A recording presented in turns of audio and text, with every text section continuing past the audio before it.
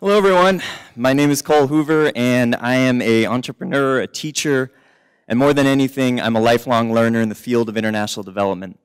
And like she was saying, kindergarten is allegedly something that we learned and mastered in kindergarten, but sadly, not something that we have really practiced much in our lives ever since. And so I'm not here to bust you, I'm not here to say you have to collaborate, but what I'm imploring you is if you're going to collaborate, you first need to learn how to, because it's complex. Collaboration isn't easy. Specifically where I work, in cross-cultural work environments with extremely complex issues, many times it's hard enough to communicate, let alone collaborate. And so I also want to talk about the fact that many times these massive problems of poverty, the people that we trust to solve them, that we give the power and the money, they never really learned how to collaborate, and that's a problem. And then I also want to imagine what it would look like if the next generation actually made collaboration and understanding local people's contexts a priority and what that could do for global poverty. So, if you're on board, that all sounds pretty simple, but sadly we're not there. And I think one of the big reasons that we're not there is because we're still living with a lot of these big myths. I think one of those myths is that if you throw enough technology and enough money at the problem of poverty, that it'll be solved. But I believe that we need to do something much more than that. I think we need to change our consciousness. But before we're able to do that, there's a couple things that I believe are holding us back. So for starters, we have a whole lot of assumptions, and we're not learning from our mistakes quickly enough because we're not engaging communities and asking. Also, many times we're learning from the wrong experts. I mean, how could we expect it to be any different? We're learning from people who are extremely disconnected from the context that most people experiencing poverty are living in. We also aren't thinking about the language that we use, not only to other people, but to ourselves and how we frame our narratives and the work that we do. There's also a misunderstanding of history, which is leading to a misunderstanding of the present. And I think this is not only for people in universities and students of international development, but for people who are working in the field. And sadly, none of these four problems are getting solved because of the most important one. We don't have good ways to learn. Our education systems are going to need to evolve if we're going to get anywhere. And so, on the topic of learning, I'd like to talk a little bit about my own path of learning. Now, in case you hadn't noticed, I'm a youngish guy. I'm an admitted millennial. I take selfies with relish, and I wear skinny jeans. And the other thing that I did that, categorizes you as a millennial is that I chose a somewhat untraditional learning path. So I dropped out of school to start a company with some friends that created Facebook apps to get people registered to vote, which then led to some jobs.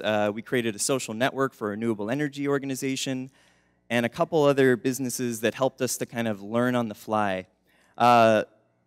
Most recently, I spent about 4 or 5 years helping to run a microfinance organization in West Africa, in Ghana, called Lumana. And through all these things, I was able to learn so much, and I don't think that this is a path that's going to be that bizarre in the future. I know it doesn't work for everyone, but the one thing that I'd like to suggest today is that experiential learning is something that the field of international development needs more than anything if we're going to have a future that is marked by success and collaboration. So, coming off a couple of these successes, we thought we were pretty hot stuff. And we thought we could take the skills we gained as entrepreneurs and as business people, and we could apply them to a much bigger issue, like poverty. And so my business partner, Sammy Rayner, and I, we went into the situation, we went in with the right tools, we even went in with a good idea. We didn't want to come in and tell people what to do, we just wanted to come help rural Africans solve their own problems. We just wanted to build systems for them. But even with all of these ideas, and even with the magic that is microfinance, we were setting ourselves up for failure because we did not understand that our assumption that microfinance could lift everyone out of poverty was wrong. And the reason that we didn't understand that is because we didn't have any context. We hadn't spent the years working with people, asking them questions, seeing how things work, and gaining their feedback. And so, even with all of these assumptions, we still were able to do okay. We were still able to provide a good amount of services to families in rural Ghana, and the only reason that that was possible is because right when we got there, we sought out local mentors. I thought of Lumana and the whole experience as kind of like my graduate degree in international development. Rural communities were my classroom, and these were some of my teachers. This is Mr. and Madame Tete. They're community organizers from Anloga, Ghana in West Africa. And they taught us quickly how to ask the right questions, how to build a team that wouldn't just say yes to everything we were saying, how to build people we could collaborate with, and through that process, design programs that were actually tied to the locals' relevant context, the way they lived their lives, and the real needs and assets that were around them. Well, so a good example of this, you've heard many stories about good intentions gone awry, and somehow, like I said, we were cocky, we thought we were hot stuff, we thought we were immune to that, and we were epically wrong. A good example of that was when my next class in my proverbial international development education, and my teacher was a woman named Yao Amede.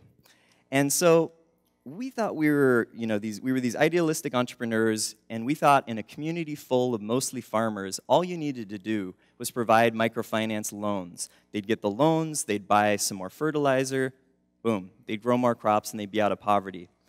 But this was a huge mistake in our thinking because we didn't understand a lot of the systems that were surrounding this problem. And one day, we were visiting Yao at her home with one of our loan officers just to have a conversation and check in. And after some pleasantries and saying, "How are you?"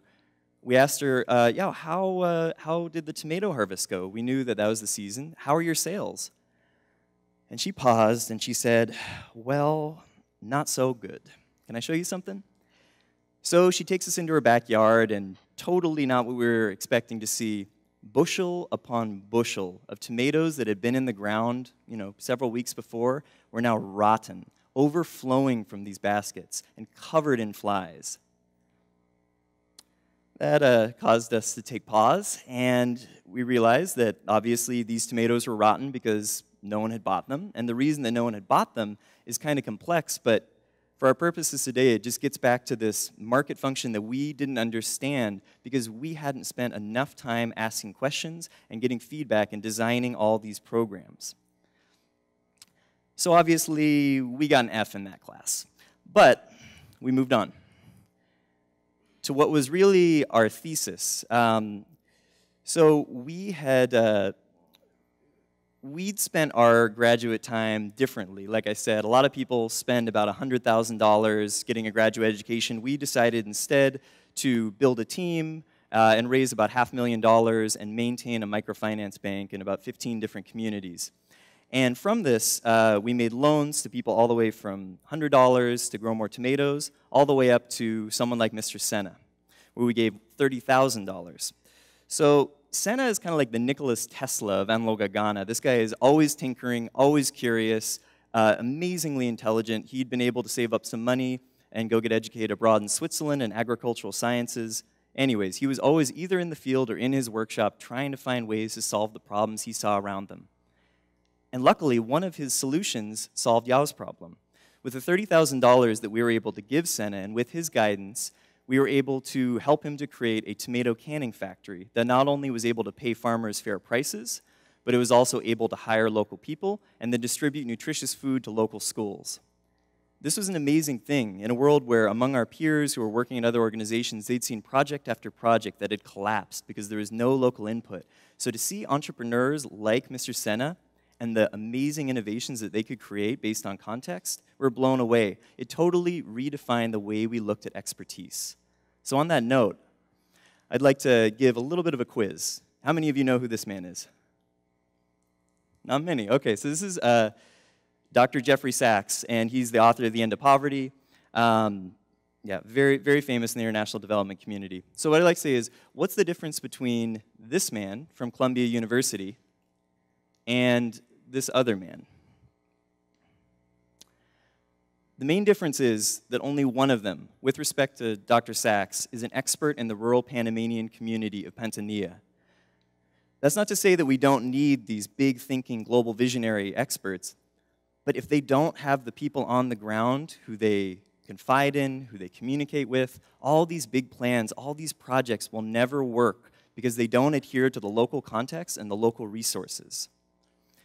We're really living in an age where there's a myth of expertise, but we need to be moving in international development to the reality of context. There's an old way of thinking where information was only gained in a couple places, either at the university, in a corporation, or in a big government agency. And there was a traditional way that it seemed to flow, too. It went from the global north to the global south. But we're moving to an age where we need to rethink knowledge sharing. We need to rethink the way that we're having a communication and working with each other. And that really starts by thinking differently about one of the ways that in our culture we're introduced to developing countries. And so I wanted to talk a little bit about the problem of volunteerism. A lot of you are probably aware of what volunteerism is. For those of you who aren't, here's a somewhat extreme image. This morning I went to the markets and bought a baby. Ooh. Before you judge, and there are many like this, I mean, just remember, this is what happens when you don't have the proper education to not only educate your heart, but your mind. And these people aren't, off on this island. There's a lot of similarities between these people and experts who just come in and start ordering people around. On the volunteerist side, maybe it's running into a community and taking pictures of people without asking their permission. Or on the expert side, maybe it's coming in with a long line of Land Cruisers for a photo op. Both of them, at the bottom line, make people feel like they're the other. And when you make someone feel like they're the other, you don't understand them. And when you don't understand someone, everything you see looks like a problem because it doesn't fit into your worldview. And when everything looks like a problem, you have this kind of arrogance toward local ideas because how could anything that had been done before be right? Because they're living in poverty. This leads to a blank slate mentality where you just want to wipe everything clean instead of really seeing how you could engage. Both of these groups also see the world in extremes, undeveloped versus developed, black versus white, hardworking versus lazy, whatever. But let's sit and remember that instead of just, kind of skewering these people, instead of talking about them like they're these pariahs, let's not talk about the problem of volunteerism. Why don't we talk about the opportunity of volunteerism, conscious volunteerism, where people are educated and understand the best ways to engage with other communities, so then our journey starts to look a little bit different. We started in another place, which is gratitude. People going into communities who've been educated can realize how lucky they are, which can then move to sympathy, a realization that others maybe don't have it as well as they do, which hopefully leads to empathy, a greater understanding, which then could lead to some kind of action that is relevant. And what it's going to take to get there is that we need to start on a different journey, really the first step is through education. And on this new journey, we're not always looking for the ultimate right answers. But what we're looking for instead is how we build relationships that can weather many storms, that can find the right answers for those times. But to get to this place, we're truly going to need a better education. And we also are going to need to consider how we use our language and how it frames our actions. So here's a quick little example. Collaborate, the subject of this talk, to work with another person or group in order to achieve or do something.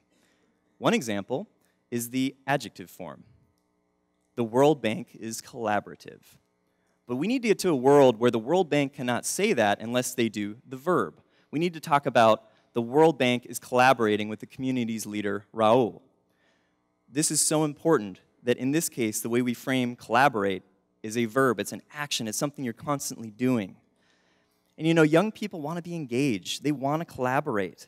We learned this at Lumana. We see so many people coming to us from around the world who wanted to be engaged in a different kind of international development conversation. And this is really what led me to my next phase in life. I'd gotten the opportunity to guest lecture at universities all around the world on microfinance, millennials, international development, which led to getting offered to teach at the University of Washington, Bothell, a social enterprise class, which then led me to being recruited by an organization called Global Brigades. And Global Brigades is the world's largest student-led global health and sustainable development organization on the planet. And what they wanted me to do was find a way where we could actually start to think how education plays into this massive student movement. For 11 years, Global Brigades has been working in rural communities, taking trips of students down to do service learning and to shadow local professionals who are doing one of our 10 programs, either clean water, public health, microfinance, and so on, to create a holistic framework that addresses the problem of poverty from many different angles.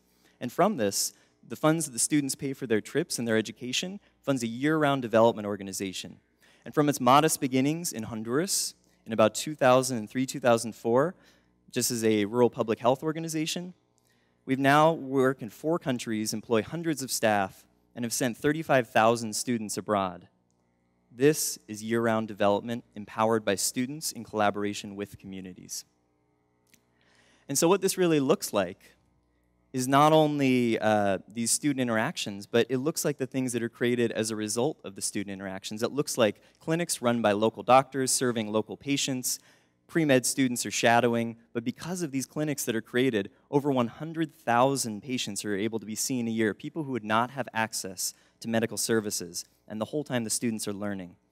It also looks like this: microfinance cooperatives that are created in partnership with students, but are able to run year-round absent of them, which is a pretty amazing place to be.